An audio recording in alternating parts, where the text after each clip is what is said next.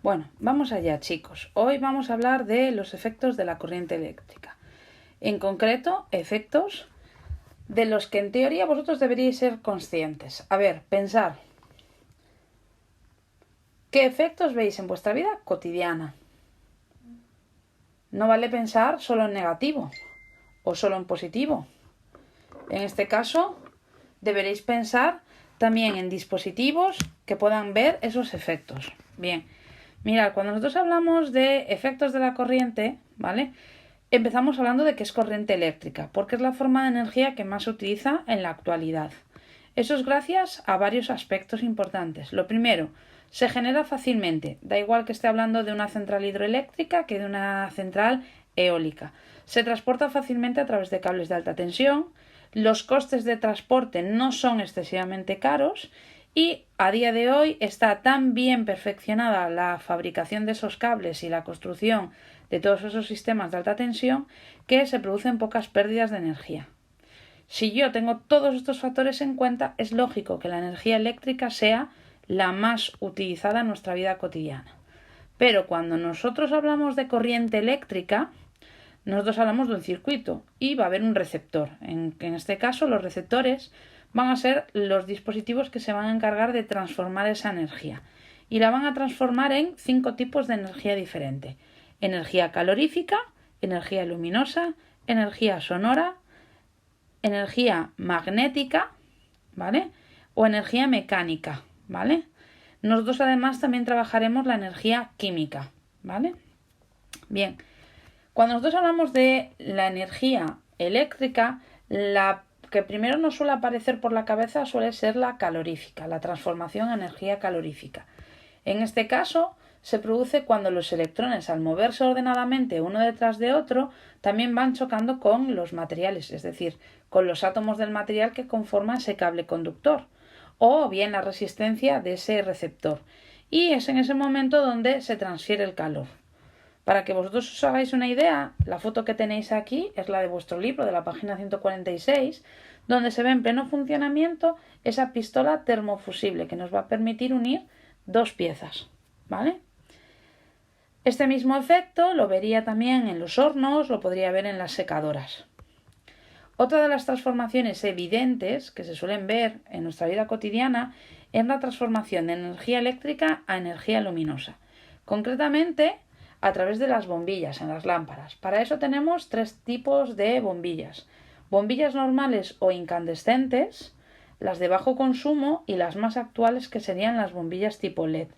En este caso estamos hablando de receptores que van a recibir carga eléctrica, es decir, electrones en movimiento, y al pasar por su resistencia van a generar una transformación a luz, ¿vale? Eso es como efecto secundario, ahora os lo voy a explicar.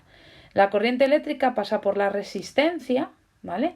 Y esta resistencia realmente lo que hace es dificultar seriamente el paso de la corriente eléctrica. Entonces, la resistencia se va a ir calentando progresivamente hasta llegar a valores incluso de los 2000 grados centígrados. En ese momento se genera lo que se llama efecto incandescente. Se produce esa iluminación. Nosotros nos vamos a aprovechar de ese efecto.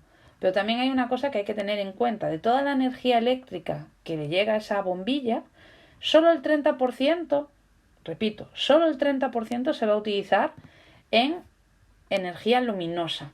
El 70% restante se va a convertir en energía calorífica. Y la prueba de ello la tenéis cuando trabajáis en casa, por ejemplo, en vuestro escritorio. Cuando vosotros tenéis en vuestro escritorio y tenéis una lamparita a vuestro lado, ¿vale? El lado que está más pegado a la lamparita o a la lámpara de trabajo se va a encontrar a una temperatura mayor que el otro lado de vuestra cara que no da directamente a la bombilla, ¿vale?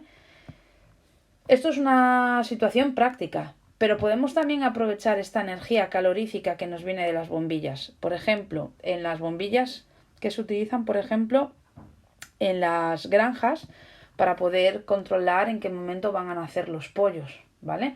Para estimularlos. O bien también se puede hacer en algunos viveros, ¿vale? Para engañar un poco a lo que son los seres vegetales y hacerles comprender que están en una estación que no se corresponde al aumentar la temperatura que se consigue dentro del invernadero. Ya os comenté el caso de las incubadoras. Y por otro lado también tendríamos en el caso de las clínicas de fisioterapia, ¿vale? En algunos casos, en algunas personas, se utiliza primero, antes de empezar la manipulación y masaje, ¿vale? De la zona que está dolorida o dañada, con una exposición a una lámpara, ¿vale? Que normalmente es de color rojo, que se llama lámpara de infrarrojos. En este caso lo que se hace es poner esa lámpara cerca del músculo donde se va a querer trabajar a posteriori y conseguir que poco a poco vaya entrando en una temperatura para que cuando luego el fisioterapeuta tenga que manipularlo sea más fácil y genere menos dolor. Otra de las transformaciones que nosotros vamos a ver bastante habitual en nuestra vida cotidiana es lo que se llama la transformación de energía eléctrica a energía mecánica. En este caso es energía que se transforma en energía de movimiento, ¿vale? Concretamente, nosotros vamos a hablar de todos aquellos electrodomésticos que tengan motores, ¿vale? Imaginemos el motor más simple del mundo, ¿vale? Va a estar formado por dos piezas. El estator, que es donde nosotros vamos a encontrar una pieza que forma o tiene comportamiento de imán, y por otro lado una pieza que se va a llamar rotor, que es por donde va a circular la corriente eléctrica. Cuando nosotros manipulamos y ponemos en funcionamiento la corriente dentro de este dispositivo, el funcionamiento de estas dos piezas combinadas provoca el giro del eje del motor y así conseguimos transformar la energía eléctrica en energía mecánica de rotación. Este tipo de efecto se ve en aspiradoras, lavadoras, secadoras, puse dos veces lavadoras, ventiladores, por ejemplo, en los exprimidores de zumo, etc, etc, etc, ¿vale? También vamos a ver otro tipo de transformación de energía eléctrica. En este caso, aquí aparece un error, aparece energía mecánica, pero es energía magnética. Si enrollamos un cable alrededor de un clavo, ¿vale? Nosotros lo que vamos a crear es un campo magnético, ¿vale? Nosotros podemos aprovechar ese cable enrollado alrededor del clavo para conseguir controlar cuando queremos abrir o queremos cerrar un circuito, ¿vale? Esto básicamente es lo que nosotros vemos, por ejemplo, en los timbres o, por ejemplo, en los altavoces. Lo que antes salía en la primera imagen como efecto sonoro, ¿vale? Nosotros lo vamos a vincular a través de este efecto, ¿vale? Del efecto magnético. Y por otro lado también tenemos las grúas magnéticas, que son las que se utilizan, por ejemplo, en las chatarrerías.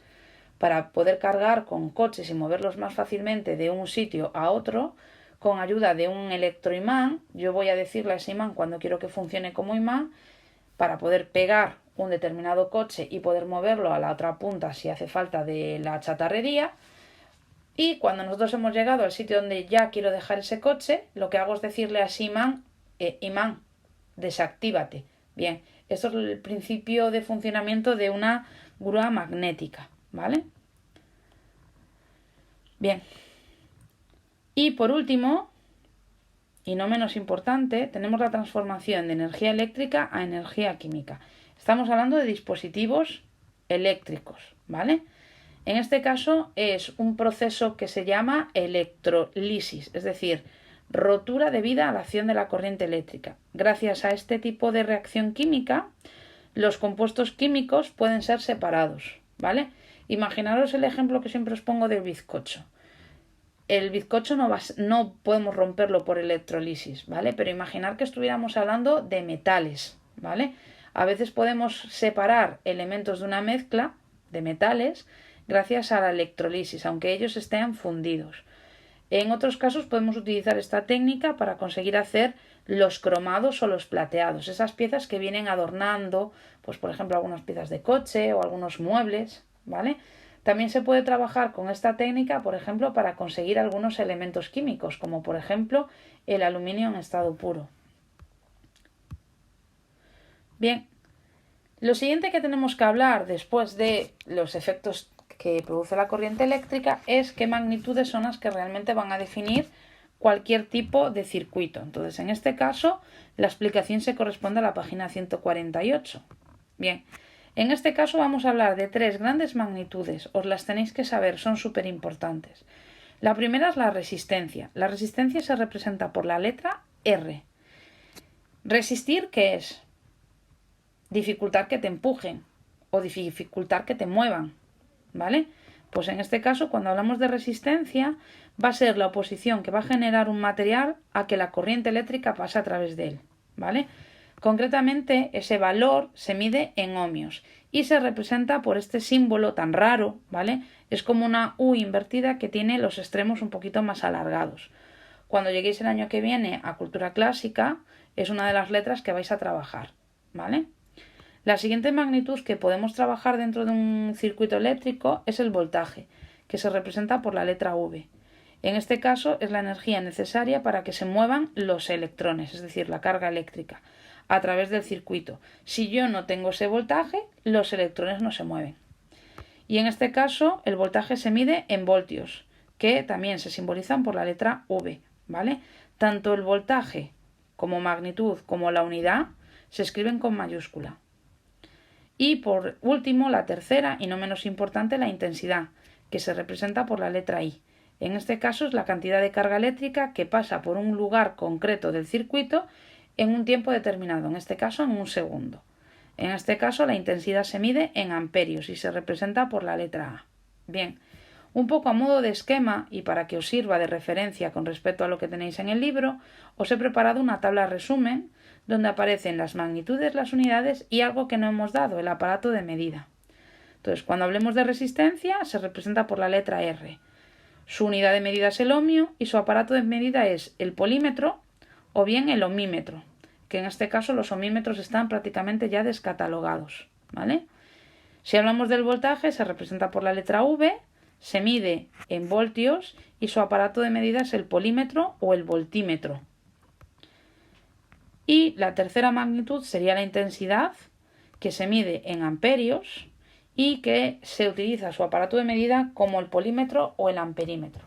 Como os habréis fijado en estos tres dispositivos, ¿vale?, de medida, están los específicos para cada una de estas magnitudes y luego hay uno que es general, que es el que hemos llamado polímetro y que aparece en cada una de las magnitudes como aparato de medida.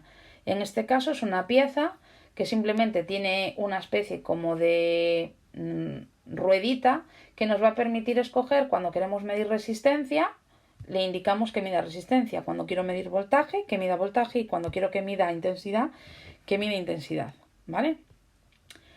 Estas tres magnitudes que hemos dado, voltaje, intensidad y resistencia, se van a relacionar y se relacionan concretamente en una ley matemática que se llama ley de Ohm, ¿vale? Vulgarmente, VIR, ¿vale? Nos recuerda a virus, ¿vale? Estamos del coronavirus hasta arriba, ¿vale? Pues acordaros del virus. En este caso, es la ley matemática que relaciona estas tres magnitudes, donde la V es el voltaje, la I es la intensidad y la R es la resistencia. Bien, esta fórmula nos la vamos a tener que aprender porque la vamos a poner en marcha y en funcionamiento, la vamos a practicar un montón cuando empecemos a trabajar los circuitos eléctricos, ¿vale? Pero vamos a ir piano a piano. Venga, chicos, ahora a repasar lo que hemos dado en clase, ¿vale? Que es lo correspondiente hasta la página 149 y si tenéis dudas ya sabéis a través del Classroom o mandarme correos electrónicos. ¡Ánimo, chicos!